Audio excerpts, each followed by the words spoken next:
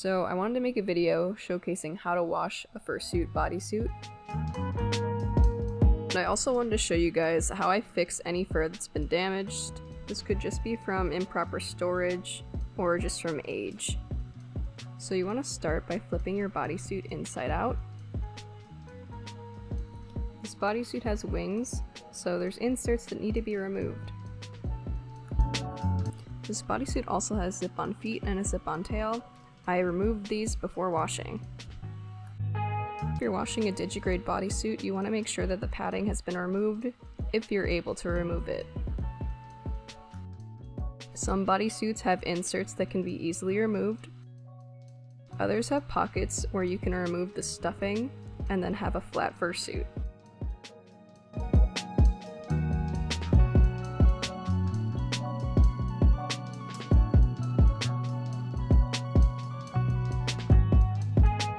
You can still wash a digigrade bodysuit if the padding's unremovable. It's just going to take a lot longer to dry.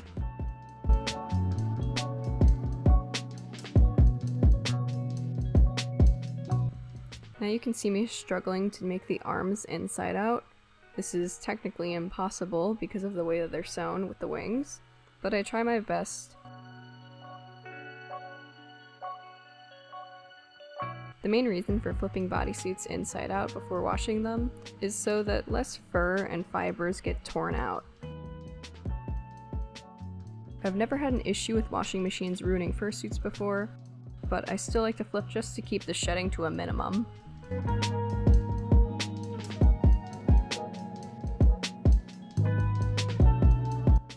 Now we're going to place our bodysuit into the washing machine. As for detergent, I have no issue using Tide, and I've used Arm & Hammer before as well without any issue. If you're concerned, make sure to reach out to your fursuit maker to see what they recommend. So you want to make sure that you use cold water. I have it set to Super Plus since it's a pretty big bodysuit.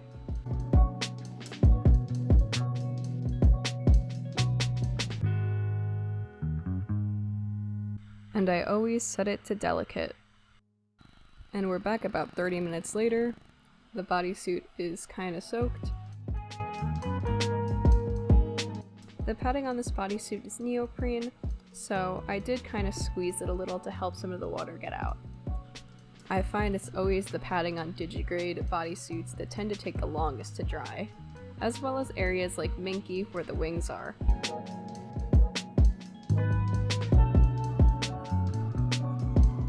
Since the padding takes so long to dry, I usually break out the blow dryer and will just heat it up a little bit to dry it off.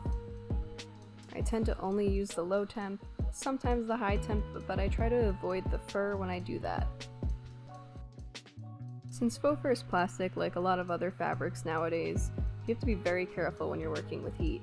I work in small areas at a time and only in short bursts.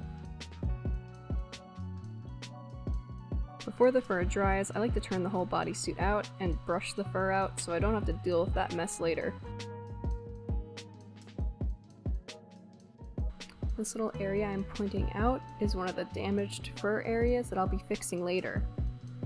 I brush it out the best I can, but this needs heat to fix. For the most part, I just air dry the bodysuit. This could sometimes be an all-day affair, so just be warned. Throughout the drying process, I find that I usually just flip the bodysuit inside out over and over again. I don't recommend using a dryer to dry the fursuit.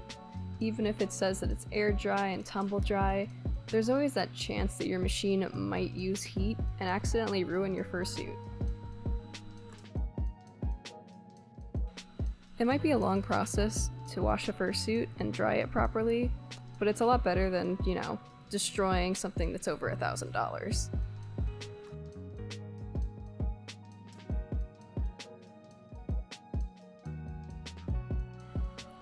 I recommend hanging the fursuit for most of the drying process, either over your shower or bathtub, or on something like I have, which is a portable wardrobe.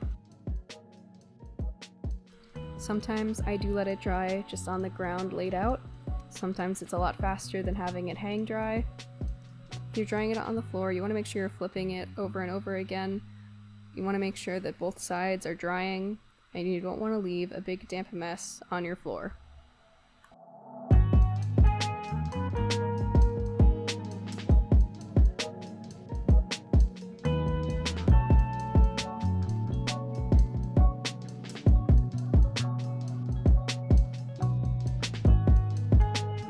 Now that the bodysuit is dry, we're going to be dealing with these problem areas. These marks are from fur being improperly stored, so that ends up wrinkled over time. Using the blow dryer, we are using controlled heat, so we decide where it goes. We're putting it on that spot. I do a quick circular motion, I stop, brush it out, and repeat.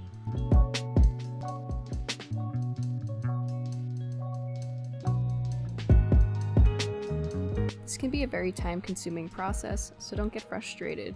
It'll take time, and you'll get there.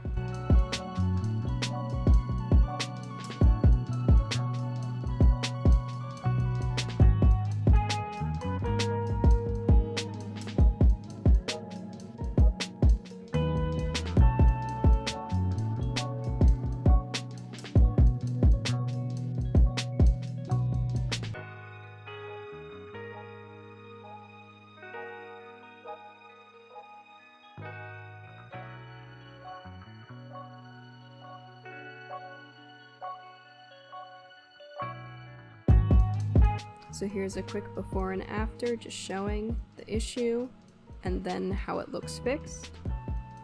And I just want to thank you guys for watching this video, and thank you for the support on Patreon.